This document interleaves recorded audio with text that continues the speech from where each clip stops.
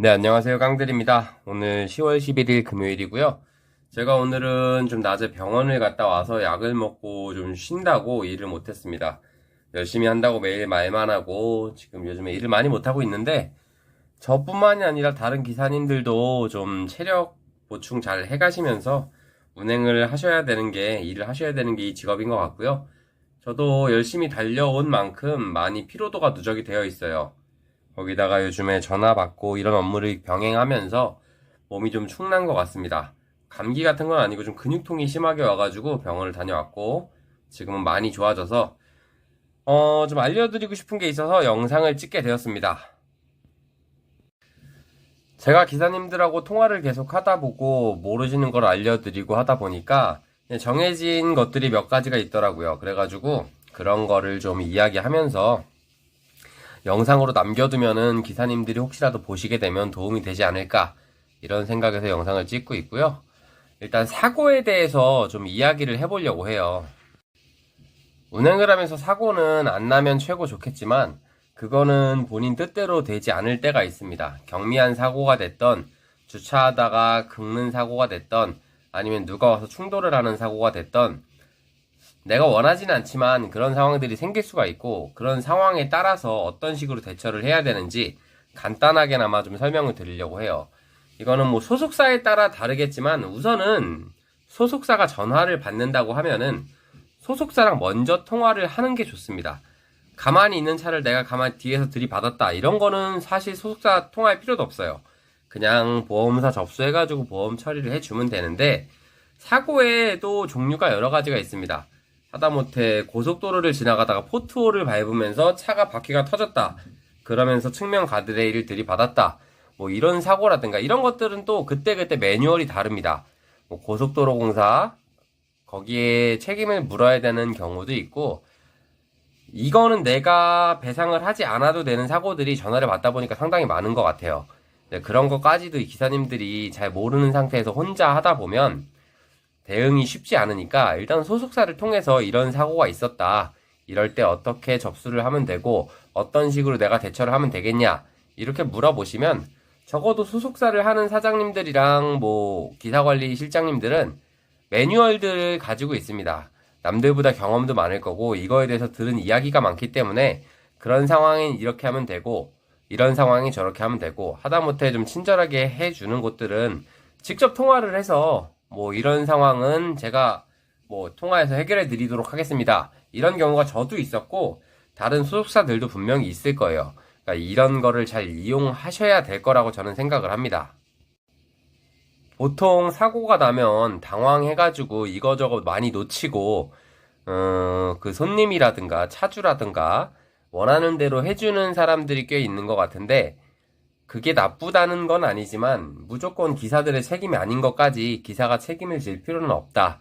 이렇게 생각을 하시면 되고요. 제가 어제 영상에서 얘기했던 것처럼 그 신차 사고가 났다고 해서 보험 처리를 해주고 따로 보상금으로 500만 원을 달라는 사람이 있었습니다. 정확하게 500만 원이라고 이야기를 했다고 해요. 기사님이 난감해가지고 거기 3시간, 4시간을 잡혀 있었는데 그럴 필요 전혀 없어요. 보험사에 접수를 했으면 모든 보상 담당은 보험사에서 책임을 지면 됩니다. 사람들이 얘기를 하면은 보험사랑 얘기하세요. 담당자한테 얘기하세요. 이렇게 얘기를 하면 되고요. 보험회사는 저희 편이에요.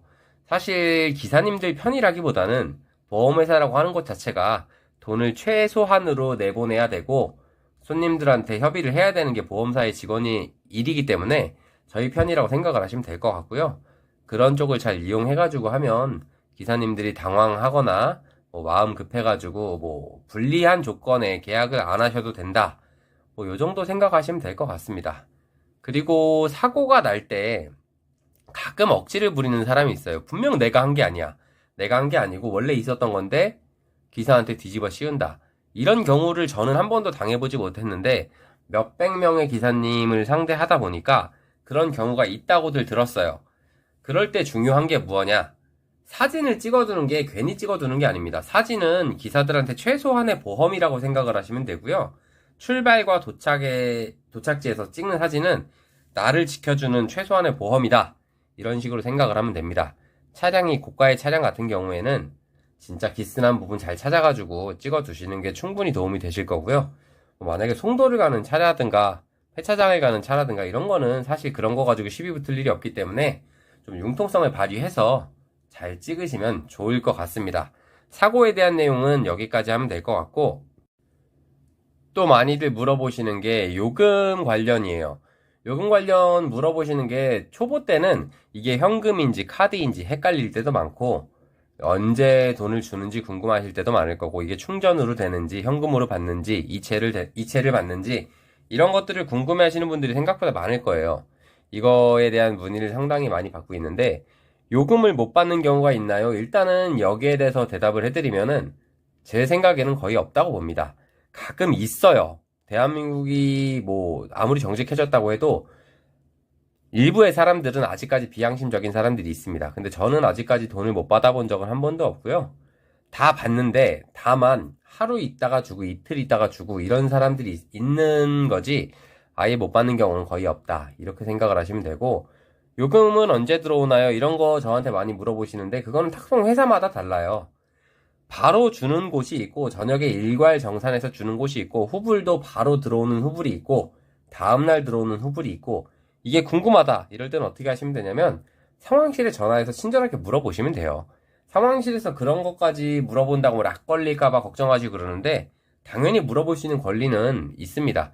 그냥 친절하게 물어보면 거기서 친절하게 알려줄 거니까 그런 거 걱정하지 마시고요. 주유비도 마찬가지예요. 주유비를 충전으로 해주는 곳이 있고 현금으로 주는 곳이 있고 뭐 계좌이체 해주는 곳이 있고 다 다른데, 이것도 업체마다 언제 주느냐가 시간이 다 다릅니다. 그래도 저녁에 내가 11시에 도착을 했는데 계좌번호를 보냈는데 돈이 안 들어왔다.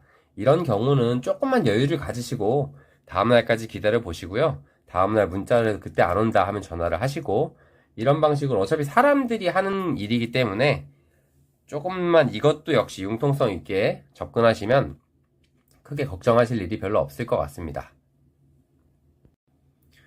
그리고 이제 탁송 대리를 하다 보면 가장 난감한 상황들이 있어요. 이제 오지에 들어갔을 때 어떻게 나오느냐, 못 나오면 어떡하냐, 이렇게 걱정들을 많이 하시는데요. 사실 이거에 대한 정답은 없습니다. 킥보드를 타고 다니는 사람들은 나오기 쉬울 건데 걸어 다니는 사람은 쉽지 않아요. 이거는 내가 스스로 타보면서 이런 곳에 가면은 콜이 없고 나오기 힘드니까 이런 곳을 피해야겠다, 이런 것들은 데이터를 축적해 가면서 노하우가 생긴다고 생각을 하시면 될 것 같고, 다만 탁송 시간에 조금이라도 도움되는 얘기를 해드리자고 하면, 탁송 시간에는 오지에 들어가는 콜을 잡았다 이럴 때는 사전에 좀 물어보시는 것도 나쁘지 않습니다. 보통 오지 들어가는 콜이라고 하면 정해져 있어요. 중고차 탁송이 가장 많습니다.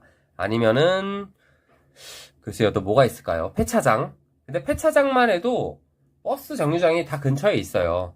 진짜 완전 오지, 산속에 있는 오지 이런 곳이라고 하면은 중고차가 들어가는 거 말고는 사실상 들어갈 일이 별로 없습니다.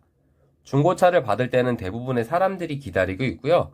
기다리고 있다고 하면 미리 이야기를 해서 여기가 너무 외져가지고 나가기가 힘들다, 혹시 주변 터미널까지 버스 정류장까지 좀 태워다 줄 수 있겠냐, 이런 식으로 협의를 하시면 되고요. 오히려 손님들이 먼저 어떻게 나가실 거예요? 제가 태워다 드릴게요, 이런 경우도 있으니까 그런 것도 잘 참고하셔서 이용하시면 좋을 것 같습니다. 오히려 그런 오지를 가면 손님들이 고생했다 그러면서 막 식사라도 하라고 돈을 좀 더 챙겨줄 때도 있고, 무조건 막연하게 오지라 그래서 무조건 안 좋은 것만은 아니다, 이렇게 생각을 하시고 이용하면 될 것 같습니다. 오지는 사실 답은 없어요. 경험이 답이고 시간이 답입니다. 이거를 미리 다 알려고 하면은 탈이 날 것 같고요. 천천히 하나하나 알아가면서, 사실 가면서 고생도 해가면서 그렇게 알아가는 게 진짜 내 재산이 된다고 생각을 하시면 될 것 같습니다. 그리고 대리 시간에는 탁송과 다르게 콜지로 이동을 먼저 하는 분이 많이 있어요. 다 뭐 장비 기사들은 아니겠지만 걸어 다니시는 분들은 콜을 받기 위해서 콜이 많이 떨어지는 지역으로 이동을 하는데, 그 역시도 알 수 있는 방법이 별로 없습니다, 초보 때는. 그래서 지금 많이 이용을 하셔야 되는 게 단톡방이고, 제가 물론 화면을 다 가릴 거라 이게 나갈지는 모르겠지만 지금 화면에 보이는 것처럼 카카오톡방 들어오셔가지고 좋은 점이 뭔지 설명을 해드릴게요. 거기 들어와서 내가 어딘지 모르는 곳에 떨어졌다, 그럼 본인의 지도를 올리는 거예요, 카톡으로. 그리고 여기서는 어디로 가야 되나요? 하면은 정말 사람들이 신기할 정도로 친절하게 알려줍니다. 알려주는 이유가 뭐냐면 본인들도 초보 때 이런 도움을 받았고 아무리 초보라 그래도 본인의 동네는 본인이 제일 잘하니까 어디 쪽이 괜찮습니다. 이런 이야기는 해줄 수 있어요. 단톡방에서 뭐 제가 친분 뭐라 그래야 되죠? 친목 도모를 하고 뭐 이러시라고 하는 건 아니고 그거 하고 싶으면 하시면 되고 그냥 필요할 때 물어보시고 내가 어느 정도 실력이 된다. 우리 동네에 대해서 물어본다. 하면 그때만 좀 알려주시면 참 감사할 것 같습니다. 저희 단톡방은 규정이 없어요. 저희 소속사분들만 들어와 이것도 아니고 단 한 가지 싸우지 말고 남이 기분 나쁘게 비하 발언하지 말고 남이 콜 타는 거에 대해서 훈계질하지 말고 도움은 줄지언정 훈계질을 하는 걸 좋아하진 않습니다. 대부분의 초보분들이 그런 거에 상처를 많이 받으셔가지고 그런 것만 조심해 주신다면 싸우지만 않는다면 누구든 들어오실 수 있는 곳이고요. 대리 탁송을 안 하셔도 들어오셔서 도움 주시면 좋고 요런 거 이용을 많이 하셔야 돼요. 주변에 있는 커뮤니티라던가 정 안 되면 저한테 전화를 주셔도 되고 주변에 있는 거를 많이 이용하셔야 실력이 빨리빨리 는다고 생각을 하시면 될 것 같습니다. 그리고 현장 콜에 대해서도 설명을 좀 해드릴 거예요. 현장 콜이 뭐냐면 대리 운전 같은 경우에는 지나가는데 대리기사인 걸 알아보고 여기 어디 가줄 수 있어요? 아니면 대리 한 건을 운행했는데 뒤에 타고 있던 친구가 그럼 내 것도 운행해 줄 수 있어요? 이럴 때 사용하는 게 현장 콜입니다. 탁송의 경우에는 차를 갖다 줬는데 내가 차를 받은 사람이 이거 한 대 더 보내고 싶다. 이런 경우가 있을 수도 있고 여러 가지 상황이 있어요. 동네에서 몇 번 갔더니 나한테 개인적으로 콜을 주더라. 이런 경우에도 전부 해당이 됩니다. 현장 콜이 좋은 점이 뭐냐? 현장 콜은 일단 소속사마다 다르지만 싸게 등록을 해줘요. 싸게 등록을 예를 들어 10,000원에 등록을 해준다고 하면 10만원짜리 콜이어도 현금 10만원을 받고 10,000원에 등록을 하면 수수료가 2,000원만 나가면 됩니다. 그 2,000원은 현장 콜 등록 비용이라고 생각을 하시고 거기에 내 보험을 넣는다. 이런 생각으로 일을 하시면 돼요. 현장 콜의 정리는 그 정도 하면 될 것 같고 모르시는 분들은 전화해서 물어보시면 될 것 같아요. 다 각자 자기가 소속사가 있다 그러면 현장 콜 받는 곳이 있으니까 거기 이용하시면 되고요. 현장 콜을 잘 이용하면 매출에 도움이 상당히 됩니다. 그리고 건당 탁송하고 월보험 이거 많이들 궁금해 하시는데 무엇이 유리한가는 사람마다 달라요. 어떤 게 좋나요? 이런 대답은 없는 거고 건당 탁송이 유리한 사람이 있고 일반 월보험 탁송이 유리한 사람이 있습니다. 이거는 소속사와 아니면 주변 커뮤니티와 카톡방과 아니면 저랑 어떤 게 유리한지는 본인 상황에 맞게 판단을 잘 하셔야 될 것 같고 가끔 이런 분도 있어요. 하루에 5,000원이면 월보험으로 충분히 가능한데 하루에 건당으로 해서 15,000원씩 내고 타시던 분들도 있어요. 그런 분들은 제가 전화해서 설명을 해드리면은 제가 잘못 알고 있었네요. 이런 분들이 생각보다 많은 것 같아서 이 얘기를 한번 해드리는 거고요. 이런 것들 대리 운전, 탁송 운전도 많이 아는 사람이 조금 더 쉽게 돈을 벌고 조금 더 쉽게 접근을 할 수 있다고 저는 생각을 합니다.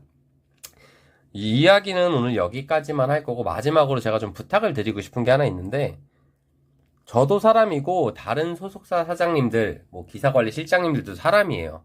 그래서 저는 지금 아직까지는 기사님들이랑 통화하는 게 좋고 이야기를 해드리고 싶은 게 많기 때문에 통화를 웬만하면 24시간 다 받으려고 하는데 저 역시도 새벽 2시라던가 새벽 5시라던가 전화가 오면 못 받을 때가 있습니다. 원래 상황실이랑 좀 다르게 기사 관리하는 곳들은 출퇴근 시간이 정해져 있어요. 정말 좀 딱딱하게 하는 곳들은 오후 3시간, 4시간만 전화를 받는 곳도 있고 심지어 그 오후 3시간, 4시간에도 전화를 하면은 짜증을 내는 곳도 있다고 들었어요. 근데 저는 아직까지는 제가 초창기여서 그런지 최대한 해드리려고 하는데 저도 못 받을 때가 있습니다. 그 전화 새벽 2시에 못 받아서 전화를 안 받으면 어떻게 하냐 하고 짜증을 내고 화를 내시면 솔직하게 너무 죄송해도 제가 해드릴 말씀이 없습니다. 저도 사람이고 기사관리 실장님도 사람이기 때문에 근무 시간이라는 건 정해져 있어요. 콜센터처럼 24시간 교대로 하는 게 아닙니다. 그런 부분 조금만 이해해 주시면 앞으로도 꾸준하게 이런 식으로 기사님들 응대해 드리려고 노력할 거고요. 그게 언제까지 지속될지 이게 끝까지 이어질지 이거 사실 저도 장담은 못하겠지만 최대한 친절하게 할 수 있게 노력 많이 하고 있으니까요. 좋은 점만 많이 봐주시면 감사할 것 같습니다. 오늘 제가 몸 상태가 너무 안 좋아서 얼굴도 못 찍고 그냥 영상으로 말로만 하고 있는데 조금이라도 도움이 되셨으면 좋겠고요. 내일 토요일인데 내일은 낮에 탁송을 타러 나갈 예정입니다. 몸이 좀 괜찮아지고 있고 식사하고 푹 쉬면 내일은 나갈 수 있지 않을까 이렇게 생각을 합니다. 내일 열심히 한번 타볼게요. 타는 영상은 찍어서 올릴 거고요. 뭐 열심히 하시는 분들 피곤하시겠지만 조금 더 힘내시고 항상 좋은 일만 있진 않지만 좋은 일만 생길 수 있도록 노력하시면 좋을 것 같습니다. 무슨 얘기인지 또 모르겠네요. 영상 여기까지고요. 오늘 시청 감사드리고 다음에도 이렇게 정보가 될 만한 내용들 궁금해 하시는 것들 정리해서 올릴 수 있도록 하겠습니다. 감사합니다.